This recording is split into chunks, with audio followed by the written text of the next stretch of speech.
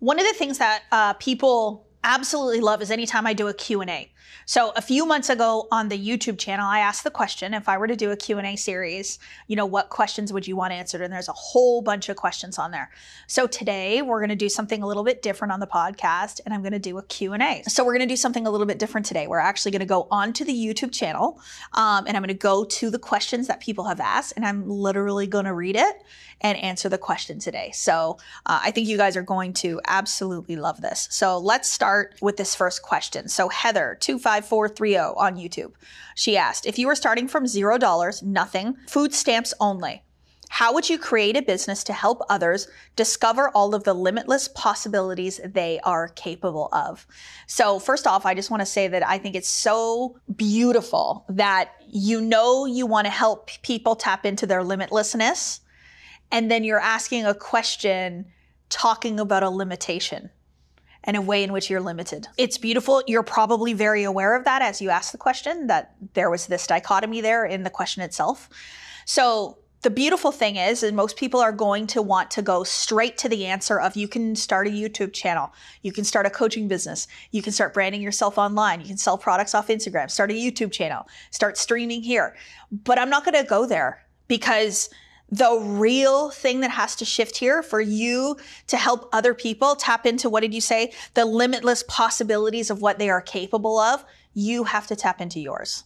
So you must tap into your limitless possibilities to be able to teach others to do the same. I always say, I am my own first best testimonial. I'm going to become unlimited and show you how to become unlimited.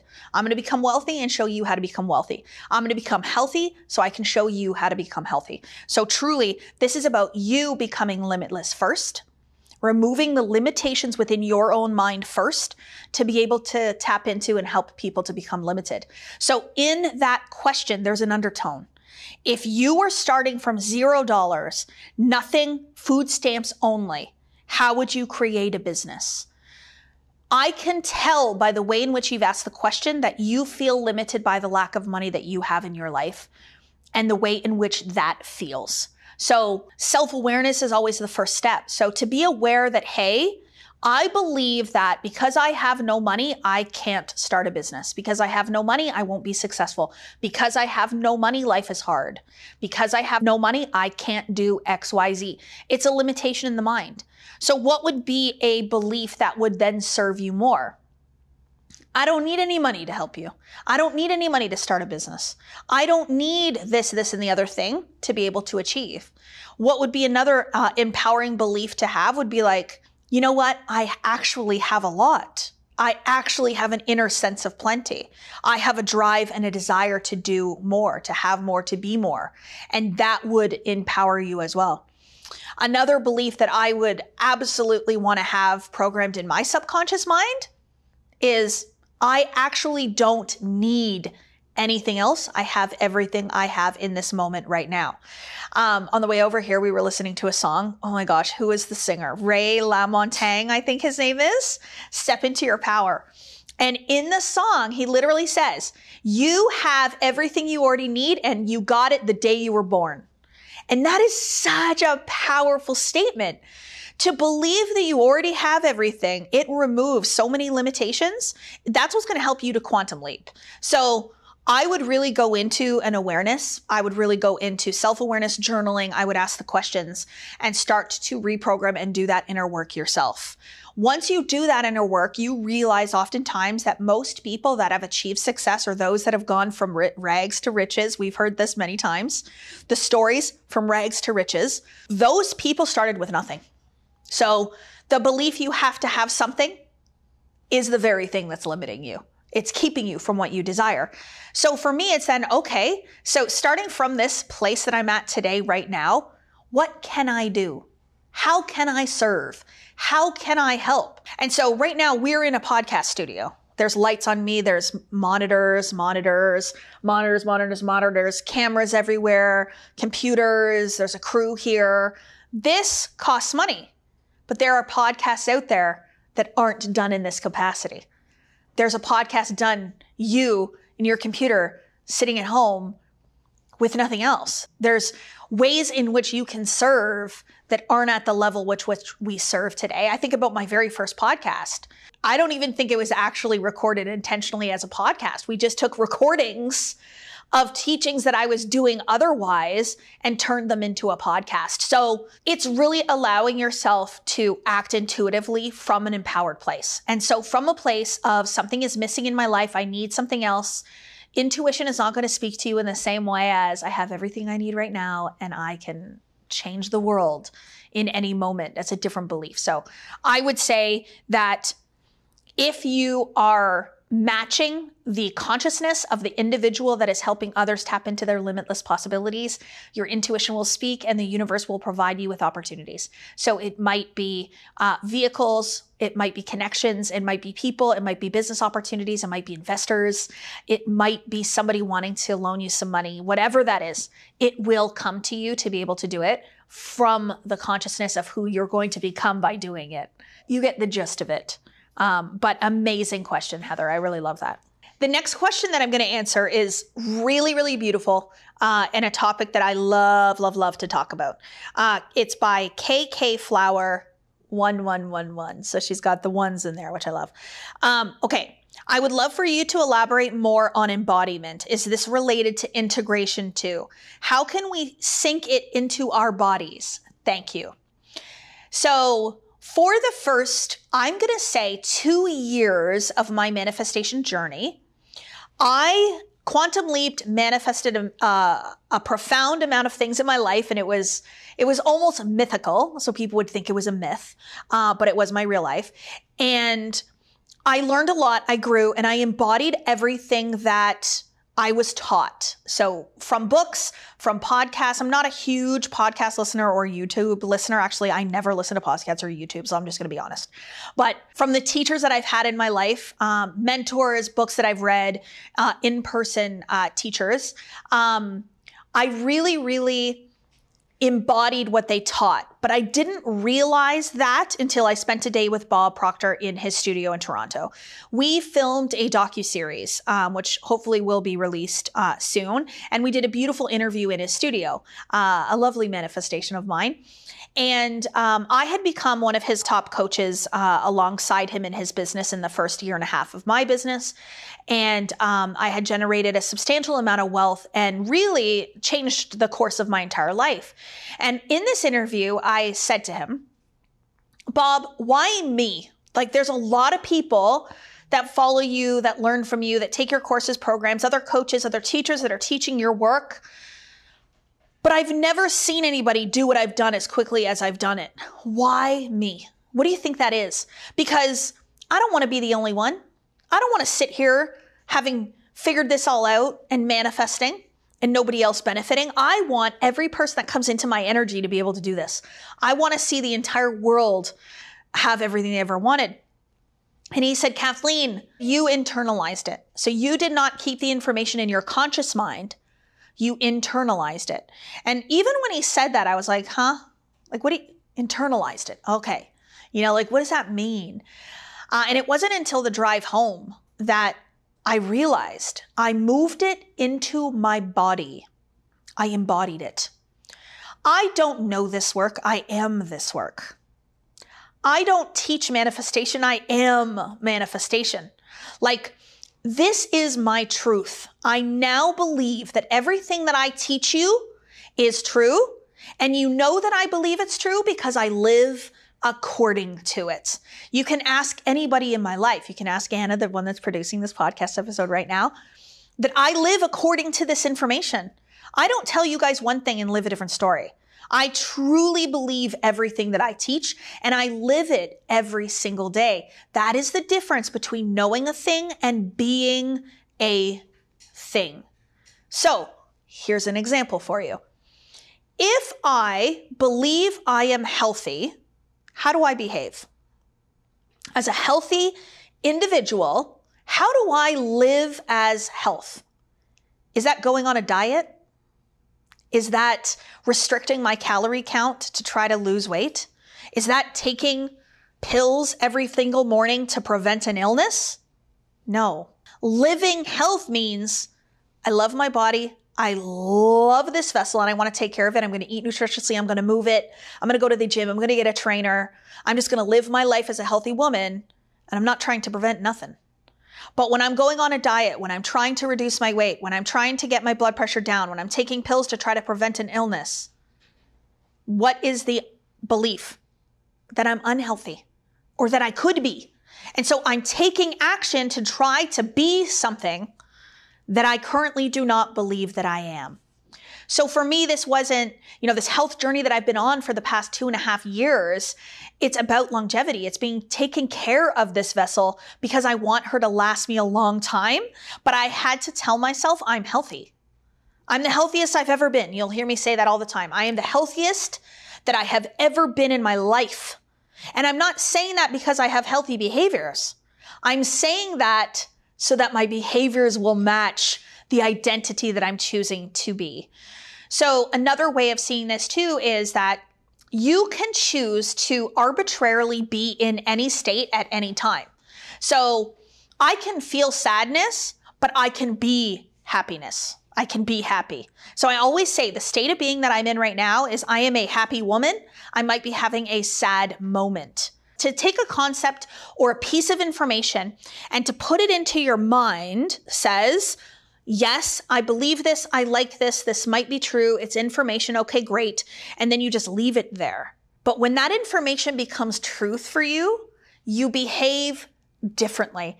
So I teach a course called By Law. And I teach 13 universal laws.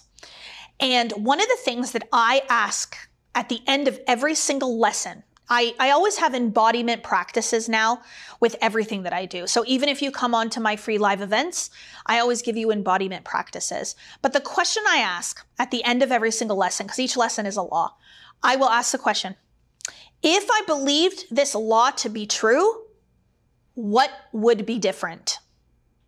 That's embodiment, right?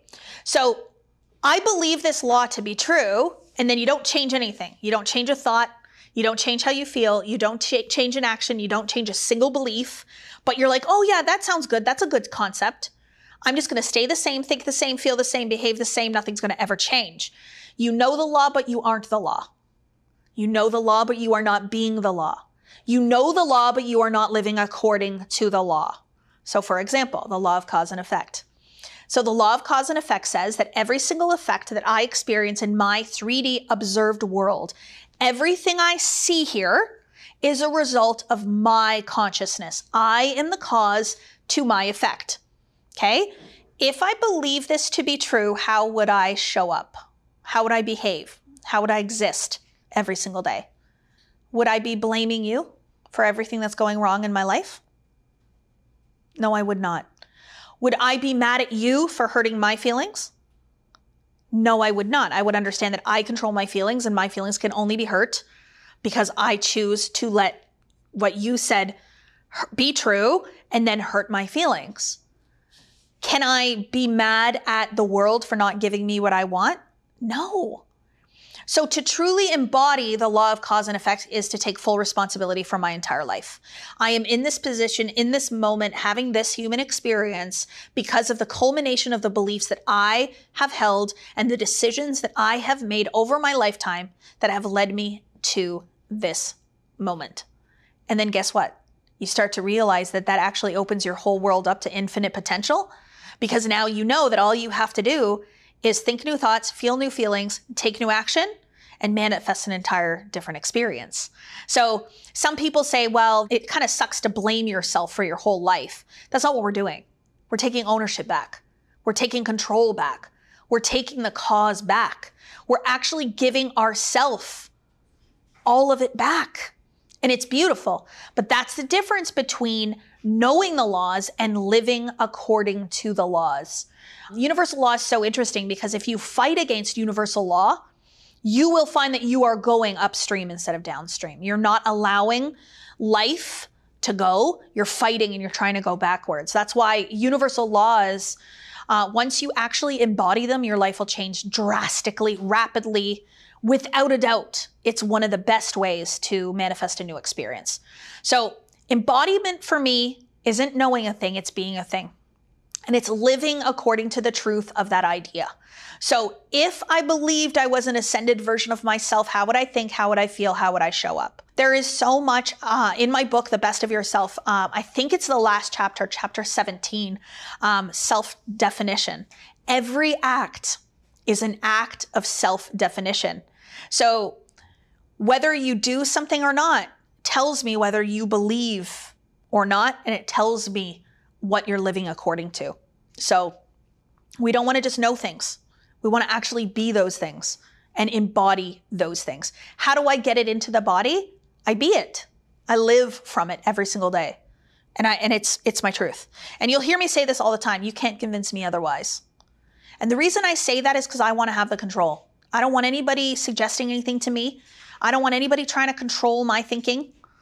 They're not doing it on purpose. But the more you hear a message, the more often it is for you to believe it.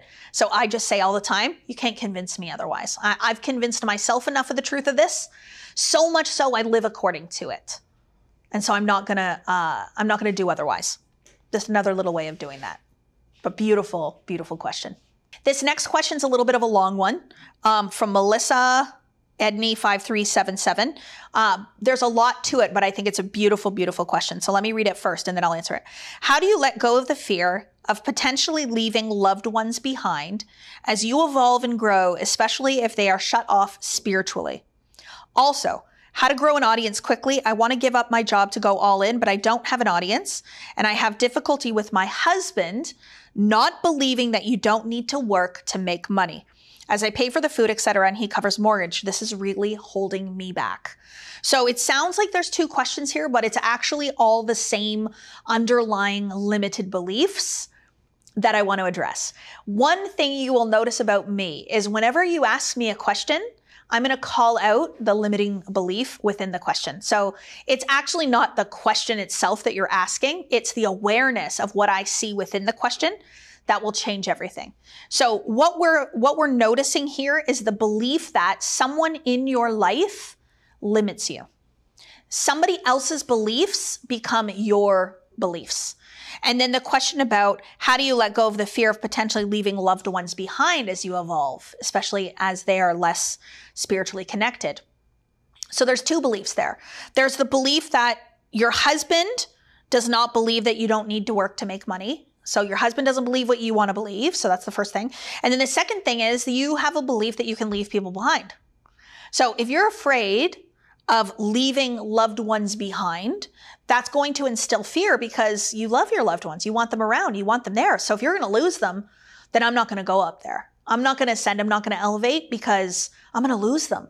And that could be detrimental. So that's an upper limit. A lot of language around that might be helpful too, but you're unconsciously committed to the idea of staying in the same place so that you stay close to the people that are currently in your life that you love. So a lot of people will do this unconsciously and they will just stay. But I've chose a different belief that served me better. So my belief is that as I ascend and as I grow, the ones that I love, trust, and care about the most will come with me. It doesn't mean they're going to come with me at the same time, but I do have a belief that they will ascend with me. And I can love them no matter where they are, no matter where they go, and no matter what they believe in. I love people unconditionally. So if you are not ready to ascend right now as I ascend, that is okay. I'm going to love you where you are at, but I have faith that eventually you will come along for the ride with me. So this is actually very personal for me, but I will share this. Chris, who's my business partner, he's the father of my two daughters. He is one of my best friends in the world. Our relationship has shifted. Our relationship has changed. And now we are on a different path in terms of our romantic lives. But what's so beautiful about this is when I started this journey, he didn't study himself. He wasn't in this material. He wasn't growing. He didn't have a coach. And I didn't let that keep me where I was. I decided to grow and ascend and hold the image and the faith and the belief that he would come along for the ride eventually. And like now, like the growth that he has done in the last 2 years on himself has been remarkable, like absolutely remarkable. And he's got a coach and a community, and he grows and he studies and he reads, and he has beautiful self-awareness. And he now teaches embodiment sessions within our Millionaire program for the men's program. And it's just an example of no matter what the experience is that you're observing today in this moment, you can manifest whatever outcome you desire. And so I held the image and the faith that he would come along, and he did. And this is what I've noticed with many people in my life. And so I don't want to judge. I don't want to think negatively because you aren't growing as quickly as me, but I know that you will eventually grow with me. So that's a belief that maybe you want to consider or think about with the loved ones in your life. The other piece is I also have a belief that as I rise and as I ascend and as I grow and I become better, that my relationships become better. Not that they fall apart or break or disintegrate or that I leave anybody behind. The better I am, the better my relationships are. And so what if you believe that to be true, because that becomes my outcome? Have other relationships left in my life that don't vibrationally match me anymore? Yes, of course they have. But there's no judgment. There's no hard feelings. It's just energetic misalignment. And I have a belief that I allow people to flow in and out of my life. So there's people that leave my life, and there's people that come into my life. There's people that leave and then they come back in.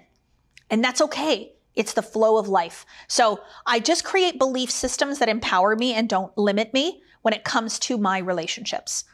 And the last thing that I do want to say too about your husband's belief systems, his don't manifest for you. Yours manifest for you. His beliefs are only your beliefs if you let them be your beliefs. So I'm in my own delulu a lot of the time. I create my own ideas in my head, and I believe them to be true, and I think them up and I conjure them up, and then the rest of the world starts to follow. I mean, like the rest of my world starts to follow. So I would just create what's the best belief for you to have, and then stay true to that and convince yourself of that truth. And then how do you grow a following? This one's really fun, because when I first started in my business, when I first made $1 million in my coaching business and $3 million the first year, I had like 2,000 followers. On all my platforms. I didn't have a YouTube channel. Instagram was like 700 people. Facebook was like 2,000 people, I believe. I didn't have TikTok. I didn't have a podcast, nothing. And so you don't need to have a super large following in order to manifest. The belief that you do, well, you're always going to be lacking then, because until you get the audience, you can't have a successful business. So I don't want you to believe you need it. That I want you to believe that you have everything you need right now to create success. And then what would you love? Would you love more followers? Yeah. So then I just say, I love how my YouTube channel is growing consistently. My Instagram followers grow rapidly. Like, I just believe that everything is always going to be growing and more people are going to follow along. And that is my experience now. I also post from a future experience. So I desire 1 million subscribers on the YouTube channel and 1 million followers on Instagram. I think that would be amazing. I sit here and I think about 1 million people listening to me and listening to what I have to say, and 1 million people being empowered through this work, 1 million people tapping into the limitless potentiality of who they are. It excites me. It really, really excites me. And so when I think about this message being heard by that many people, I get really happy. So what do? Every post, every podcast episode, every YouTube channel, every live event, I speak to 1 million people in my head, in my attitude, in the way that I'm talking. I'm not sitting here thinking that only 30 people are listening to me. I'm sitting here thinking about 1 million ears listening to the podcast. And so that's coming from a future state and bringing it into the state right now in this moment. So I hope that little tidbit helps too.